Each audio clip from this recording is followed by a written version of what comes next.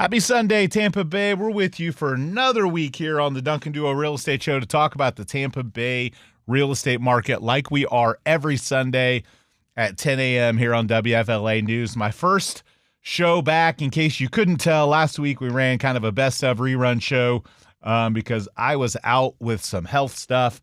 Had surgery a few weeks ago, and I'm just now finally getting back to the point of feeling remotely normal. Had some complications with the surgery, and then unfortunately got the flu. And then obviously the holidays and New Year kind of had an impact as well. So I'm happy to be back in the studio talking to you about what is going on with real estate to keep you updated and prepare you for the year ahead, a year that I expect to be a much better year than we had in 2024. A lot of my reasoning for that, first and foremost, I believe that the presidential administration change is gonna give us a bump. I also think our real estate market is going to do better this year, assuming no major impacts from storms, simply because the further we get away from the storm damage that we had, the better our market's going to get, the more those homes are going to get cleaned out, cleared out, repaired, put back on the market.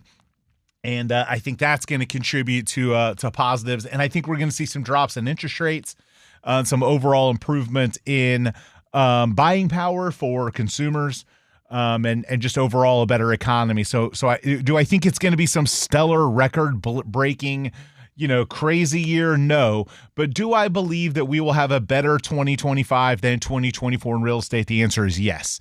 Now, let me define what I mean by that, because a lot of people will hear that and think, oh, the market's going to go crazy. Andrew Duncan said on the radio that it's going to be so much better. I'm not saying drastic. I'm talking like percentage points better. I'm not talking like 50%. I'm talking like 10% or less better than last year in terms of number of transactions. I do think we're going to see prices rise a little bit, but again, nominal compared to inflation. I think it's really more of a stabilization year on prices. We had so many years where the prices ran up.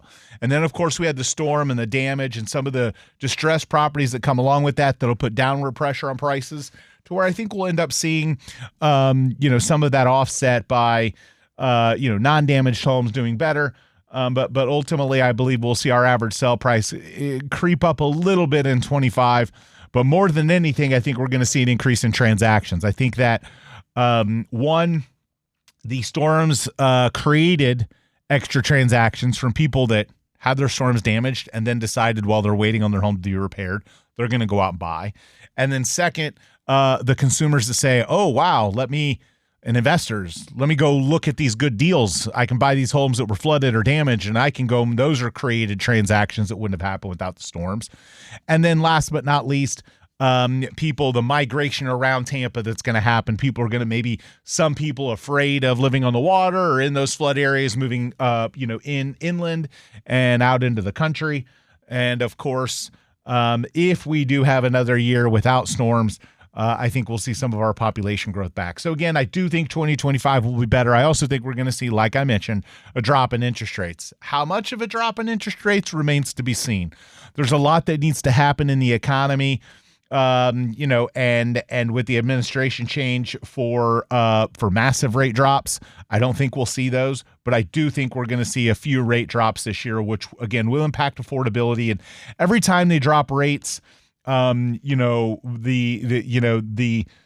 the reality: when the Fed cuts rates, mortgage rates have already dropped by then. Okay, so as soon as the mortgage banks start predicting and determining and making guesstimates and research about what they think the Fed's going to do, mortgage rates kind of move then. They don't move when the Fed decides. They move to predict and ahead of time what they believe the Fed's going to do, and they're usually right. So when you hear, oh, the Fed's dropping rates, the mortgage rates are probably already dropped in response to the Fed cutting rates. The banks already predicted that and expected that to happen. So when you see the Fed cutting rates, the mortgage rates already dropped. So you don't need to wait to make your choices about what the Fed's going to do. You just need to pay attention and hear, what is it forecast to do? The next Fed meeting, are they forecast to drop rates? Okay, the mortgage rates are probably dropping around that time. And when I say dropping, I don't mean massive drops. We're talking maybe tenth of a point, quarter of a point at best is what we're likely going to see impact on mortgage rates each time the Fed predictions come out. So expect expect rates to drop in 2025, but not massively, simply because again, inflation is not quite under wraps like people want it to be. It's not heading in the most perfect direction to get rates to drop.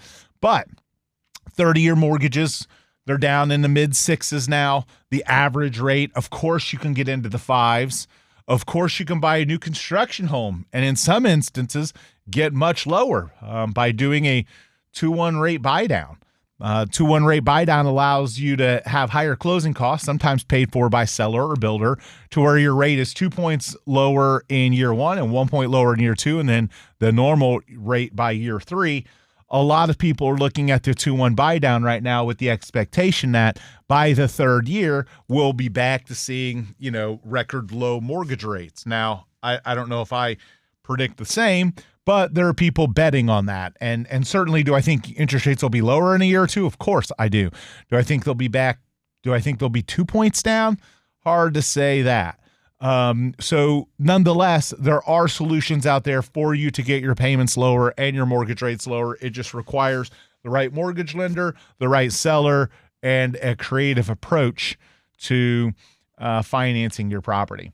I saw an article this week, and this is something we deal with a lot in real estate when family gets involved with the real estate purchase. And, it's funny because you always want help from your family when it's valid help.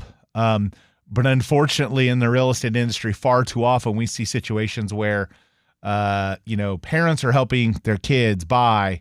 Maybe parents are kind of controlling the purse strings and truly the real decision makers. And unfortunately, when you get too many hands in the cookie jar, it can cause a lot of problems. We had a transaction not long ago where the daughter was selling the property. The daughter was on title.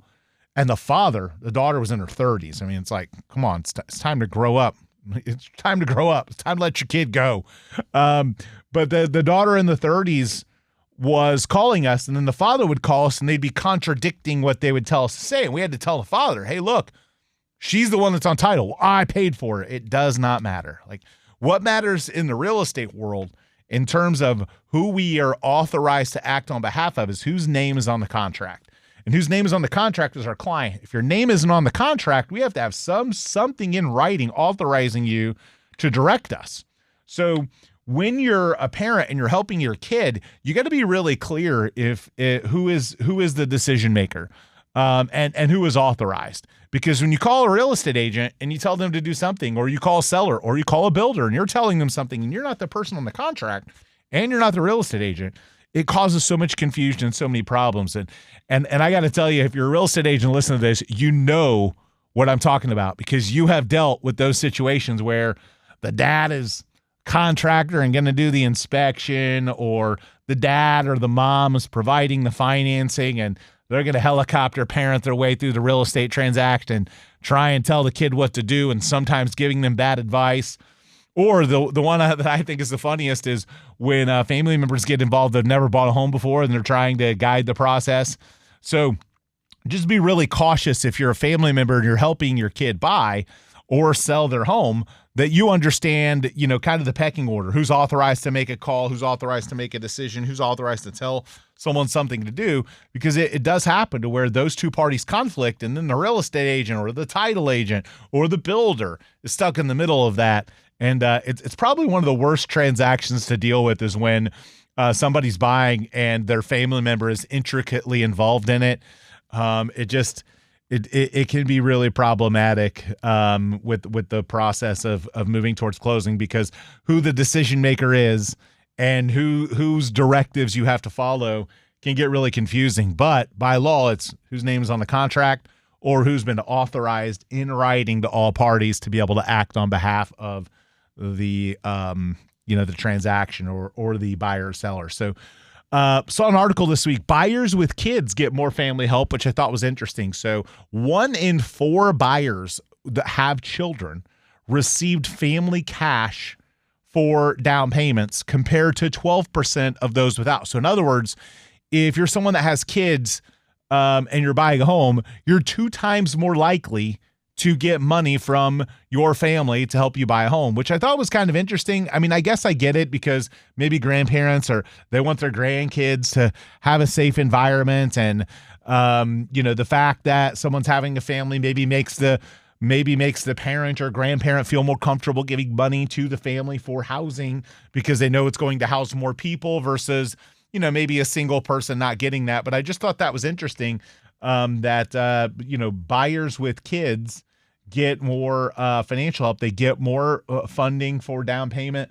Homeowners with kids living under the roof are more likely to receive family help for mortgage payments.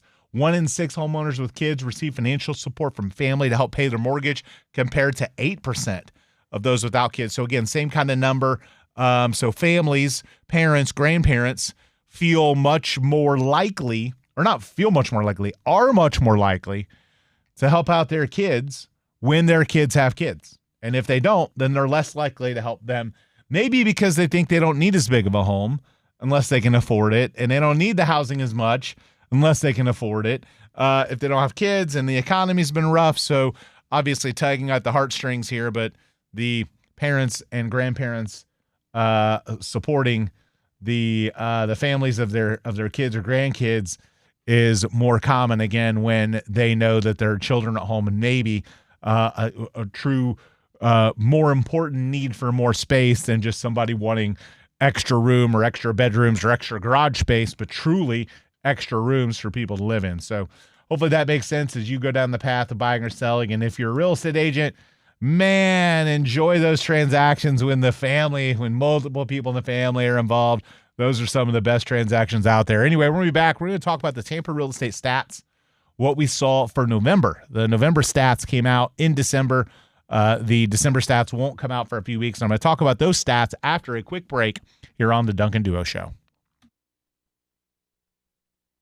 So we're back here on the Duncan Duo Show talking about the Tampa Bay real estate market here on WFLA News. And we aren't on air at the Duncan Duo, Twitter, Instagram, YouTube, TikTok, Facebook, all socials at the Duncan Duo. You can follow me personally on my Instagram, the Andrew Duncan. And we're always putting out relevant real estate content for Tampa Bay to keep you updated on what's going on. And we're always buying houses. If you've got a house that you just want to get rid of, that needs a lot of work, that's damaged, that you're just ready to move, you're ready to leave, maybe last storm season was too much for you and you're ready to get out before there's another one, just hit us up at duncanduo.com. Again, that is duncanduo.com for an instant cash offer, a guaranteed home sale. We can do a variety of different services or options depending on your unique need to help you get to your next step. And again, get your instant cash offer at duncanduo.com. You can also get your home value estimate on that same website. Again, that's duncanduo.com. So the real estate stats came out for November, and I was really kind of looking forward to seeing how we finished the year out in November, because if you look at the trajectory of real estate, typically January and February are typically slower months. We ramp up in the spring and the summer, and then it kind of holds the line pretty consistently. And then you have a few months between September and November that are usually our slower months. And then you have December that's usually pretty strong. Well, December stats aren't out yet, so we can't talk about it. But what we can talk about is that we did see a little bit of a bump up in November. And to give you an understanding of what usually happens in November, November is usually, it's probably the worst real estate month of the year historically. September and October, usually you see a fall off in November. Well, this year we had kind of an anomaly in that we had, a pretty decent summer. If we look at it compared to, the past few years, it was in line, maybe slightly worse than, but in line with the last few summers. And then we got hit with storm number 1, and then we got hit with storm number 2. And not only do those storms disrupt the market, but they disrupt buying interest. So the leading up to the storm is everyone standing on the fence and saying, "Oh, I don't want to touch the market because I'm spooked," right? I'm afraid. What's going on? I'm scared. I don't want to buy. And then, of course, the ramifications of both these storms, because they actually did have substantial impact. In years past, we would have like we hadn't had any substantial impact storms. So you'd have like the week period before the storm where everyone's freaking out, no one's buying, and then the storm goes and misses us and everyone jumps right back in. Well, this year we didn't have that. So we had these two really bad storms that hit us. So we went from almost 5,000 sales in June, July, and August to 5,800 in May. Okay. Then we're hitting the 5,000 number. Then we dropped down to 3,500 for September. Okay, so that, to give you an idea, that's a 30% drop month over month in the number of home sales. We held the line with the same number in October, 3,589, so we were around the same. And a lot of people were hoping and expecting that November would bounce back some, and it did. Now, did it bounce back massively? No, but we did see an increase in sales, and historically, November is worse than September and October. This year, however, September and October had those storms, so some of our rebound post-storm and some of that pent-up demand of people deciding to buy after the storms and after everything's cleared out started to show up in November. I think it's going to continue in December. I think our January and February this year are going to be stronger than January and February last year. January and February last year, we had 3,200 sales in January, 4,300 in February. The year before that, we had 4,500 and 4,900. Okay. So I think we're going to see a better January and February this year because, again, those damaged homes are getting sold and rebuilt. Some of the buyers are coming back. Some of those homes have been remodeled now and are getting put back on the market. And then, of course, we've got a couple more months of cleanup, areas starting to look normal again, some people starting to come back to communities. All those things will be a positive increase, and I think December will be better. So to recap, November saw 3,761 home sales, about a couple hundred, 5 or 6% point increase over last month. Average sale price of $470,314. Now that is the lowest number that we've seen this year, and that's expected. We were at 507 in June, down to 470 in November. A lot of that, again, is some of those damaged homes pulling prices down, buyers being more aggressive in their negotiations because of the storms, sellers maybe accepting a little bit less to move on. All of those things contribute. But another positive thing, we were seeing inventory rising. We saw around 3 months for most of the year. It went up to 4 in August, 5 in September and October. It dropped back down to 4.7. So to put that into perspective, it's a pretty balanced real estate market, still very healthy overall. And we're in a pretty good place going into 2025 based on the November stats to do better, assuming, again, no major storm impacts than we did in 2024. Fingers crossed, obviously, for a hurricane-free season in the second half of the year. But so far, things look like they're back, trending in a more positive direction. We've taken the hit of the storms, and now things are starting to slowly but surely normalize. And that isn't going to happen overnight. That'll take some time. But hopefully these stats have been helpful. And we're going to be back after a quick break, continuing our conversation here on the Duncan Duo Real Estate Show.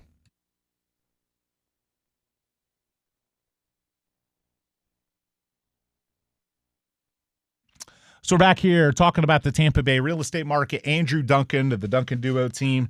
Happy to be back in the studio. My first time in a few weeks. Had some surgery, had some health obstacles, got the flu, and been doing a couple of reruns the last little bit to try and get back to normal. And I'm happy to be here and kind of keeping you guys updated on what is going on in the Tampa Bay real estate market. I talked about the stats during the last segment, and I want to go back to them. But before I do that, I want to make sure you know that if you want to know the stats for your house, just go to DuncanDuo.com. It's going to show you average sale prices in your neighborhood, what's sold, what's on the market, what's under contract, what the trends are.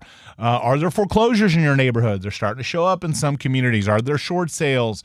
All of those things you can see. You can get an understanding of the sale price in your neighborhood, the average sale price in your neighborhood. But the thing the stat that I didn't get to, that I want to talk about a little bit more, I talked about inventory, 4.7 months. I talked about The average sale price, the number of sales upticking from September and October, which is seasonably abnormal, but expected this year because we lost so many transactions in September and October from the storms that some of those are starting to get replaced. And I think we'll see even more of that in December and hopefully more in January and February to get us off to a good start. But the average sale price, I mentioned that it's $470,000. Well, in October, it was $473. September is $475. August, it was $485. So that gives you an understanding from prior to the storm, it's been a downward trend on price since then. We've lost $15,000 in our average sale price, a little over 3 percentage points, or a little less than 3 percentage points in our average sale price, from August. Year over year, though, it's a bigger story. So our average sale price in September of this year, $475. It was $489 last year. October, $479 last year, $473 this year. So some depreciation. But last November, we saw our average sale price of $489,000. This year, we see it at $470. So now we're looking at the fourth consecutive month with a year over year pretty significant drop in our average sale price. So we are seeing depreciation in Tampa. Prices are going down, okay? Now, does that mean prices are going down in every product, every neighborhood, and every house? No. There are some neighborhoods doing better than others. There are some communities doing better than others. But the average overall for Tampa home values is on the decline. It's on the decline because affordability, but the biggest, most substantial reason it's on the decline was because of the storms. If we hadn't had the storms, I suspect we'd probably see home values more in line with last year's home values, and probably we'd be saying, oh, we had a year of stabilization and a year where values just kind of flatlined. But the storms have a negative impact. And you might think to yourself, well, hey, I live in a neighborhood that didn't get impacted. So why are my home values dropping? Okay. And here's why. First off, you don't live in a vacuum. Okay. We are a big market with a lot of things going on. A lot of domino effect, a lot of, kind of snowball effect. One thing happens that leads to others. So let me explain why, even if your neighborhood didn't get hit, why value may be dropping. And so again, average sale price from $489 to $470, okay, for year over year, that's a $19,000 drop. That's a 4% decrease in average home value in Tampa Bay. So the average homeowner in Tampa Bay has lost 4% of their equity in the last year. Now, again, is that worse in some areas? Yes. Areas that were hit harder by the storms, it could potentially be worse. It could also potentially be better. There are some homes in those areas where there's really high demand, where a lot of the homes got wiped out and maybe a home didn't. Is that home in more demand now? Yeah, it might sell at a premium. So it's caused this really weird statistical thing to happen where you can't really apply any kind of straight line principle to anything. What I can tell you is that prices are dropping. They're not necessarily dropping everywhere, but mostly. And there are rare anomalies where a home value isn't dropping, or maybe it's doing a little bit better, or a neighborhood's doing a little bit better. But if you're out there in a community and you think, you know what, prices aren't dropping in my neighborhood, and they're not going to because we didn't get hit, let me explain why you're wrong. You're wrong because a lot of our demand that's driving our values is from all over the country. When you have 2 months of back-to-back catastrophic storms like we had, that shocks movement to our community. That puts people in that stops people in their tracks. They start thinking about moving somewhere else. They don't want to move to a disaster zone. They don't want to repeat what happened to our area. They don't want to deal with the year or two down the line massive increase in insurance. So it stops demand. Well, when you stop demand and supply increases, and guess what? We obviously know supply has increased because the number of people whose homes were flooded, now a lot of them are selling them. And a lot of people are saying, look, a storm moves people. There are people that lived here or that just moved here. Let's face it. From 2020 to today, we've had so much population turnover. We have so many people from out of our area that moved here that never had experienced a storm.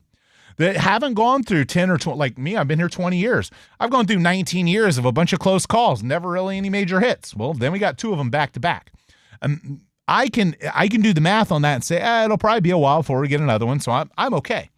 Somebody just moved here a year or 2, 3, 4 years ago, and they get hit with 2 back-to-back storms. A lot of them are saying, peace out. I'm moving back. I'm gone. So what you have is an increase in supply, okay? Because now you have people that are selling their homes, even if they didn't get flooded, and you're having people sell their flooded, damaged homes. That created inventory. At the same time, you're having people say, whoa, I don't want to move there now because of all this catastrophe. Let's face it, on CNN and Fox every night, they don't put sunshine and rainbows in Florida every day. They put the mass media showcases our area when it's something crazy. They don't showcase it when it's normal and nice every day. They showcase it when there's a catastrophic storm. So that's the narrative that's throughout the country right now about Tampa.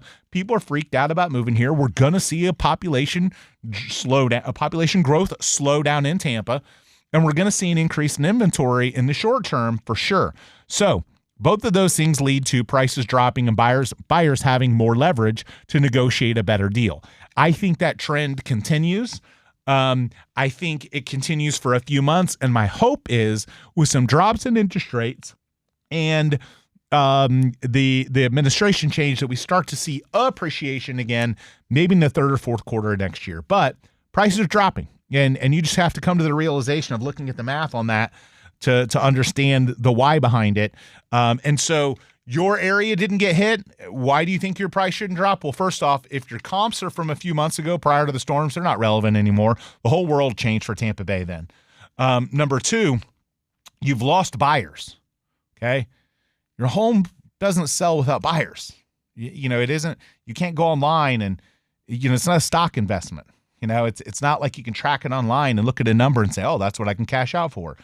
That number doesn't exist if there's not a buyer willing to pay it in the market. It's not like Ameritrade where you can just click sell and somebody pays it, right? It just doesn't work that way. You've got to find an actual buyer to pay your price.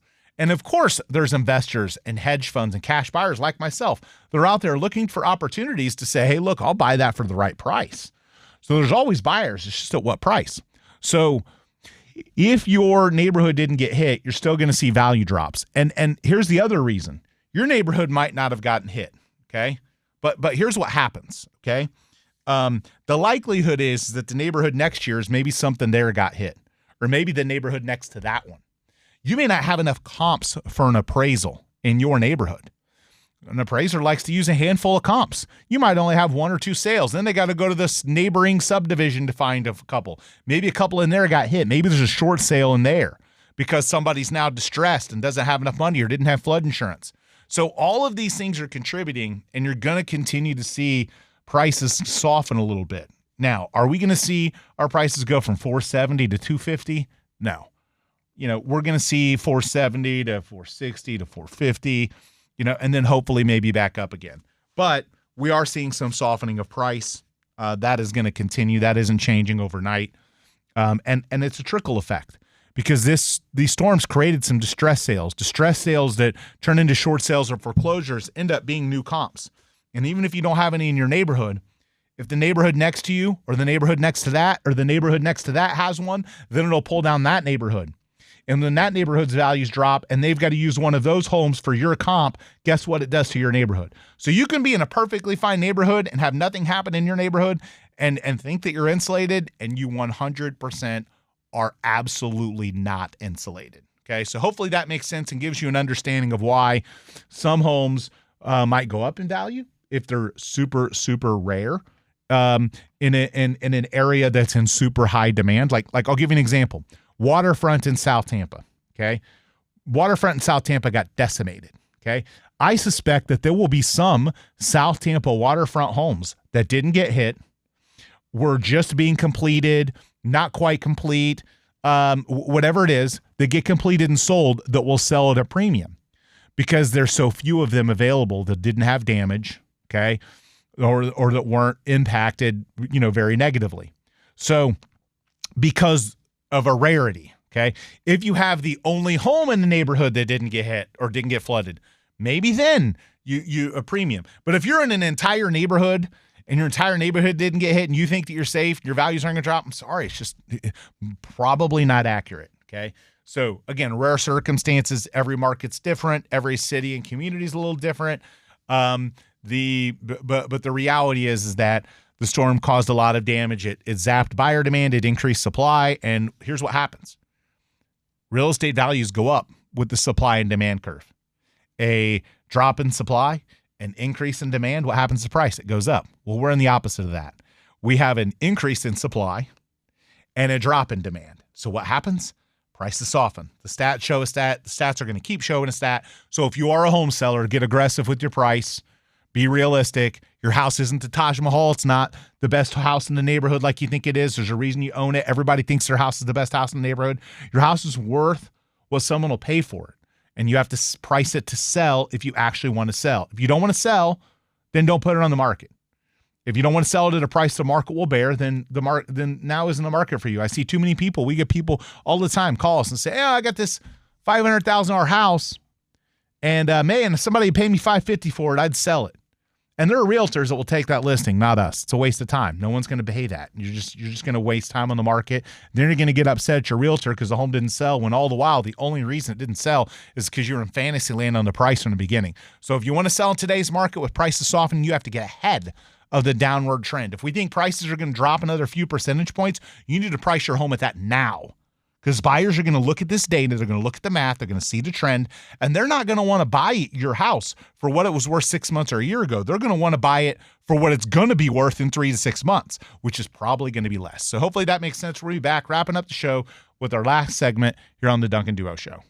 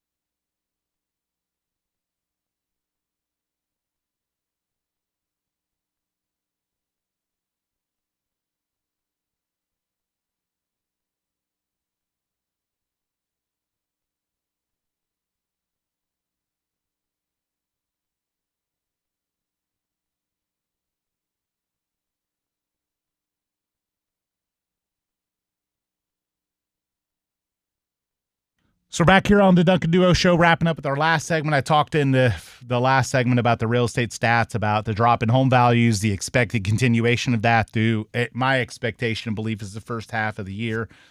Increase in housing supply, decrease in demand. Again, what does that tell you? Drop in values, but we did see an uptick in transactions in November, which was a solid sign. So if you're thinking about selling your home, you want an instant cash offer, you want a guaranteed sale, you want to price it and move it aggressively, because that's what it's going to take in today's market. I whipped out the playbook for the Great Recession. You know, I've been listing and selling real estate in Tampa Bay for 20 years. I went through the Great Recession. I remember the playbook. We called it a price war and a beauty contest at the same time. You had to be the best conditioned and the best price in your subset of the market in order to sell. And if you're not that, if you've got a condo and you're pricing in the middle of everybody else or on the high end because you think your condition warrants it, you're not going to sell. If you want to sell your property today, you have to price aggressive. If you're not going to price aggressive, you're not knocking anybody off the fence. Everybody that's out there right now that's looking to buy wants a deal. You have to be aggressive. If you're not going to be aggressive, then you shouldn't put it on the market. You should wait until you can be, or maybe until you find something that you're going to buy that makes you feel comfortable enough taking the hit on your house. Because what a lot of people don't understand, again, when you're in a challenging market, you have to adapt. You have to change the way that you're looking at selling. And to put it into perspective, in 2023, for most of the year, we hovered around 2 months of inventory. Okay, 2 months of inventory is what we hovered around for years. Okay, that went back to 21 and 20.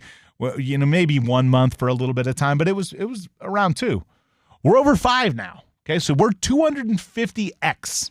Okay, 250%. Excuse me, 2.5x, 250% increase in inventory. All right, so you have a lot more competition, a lot more homes on the market, and so you've got to compete against those. You can't just look at the comps from 6 months or a year ago, because that was complete different market now. Okay, you have to look at what you're competing with, what's on the market, and how can I beat everybody on the market to be the next one that gets picked? Because we've had so many negative things happen in our market that's negatively contributed to what's going on. And if you're going to move your house right now, you've got to be aggressive. So, and to kind of put it into perspective, this is what a lot of people don't get about real estate. It's probably one of the most frustrating things that I've seen in my entire real estate career.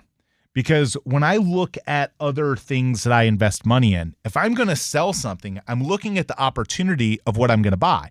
Let's just say I own stock for $500,000 in a company. Maybe it's not been doing as well, or maybe it did really well, and now it's time for me to exit and take my gain.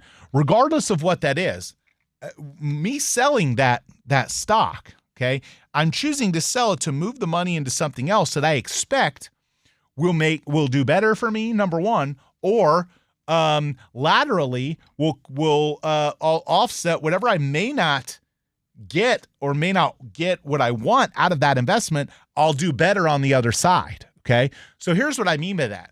Most people are smart with money. A lot of people aren't.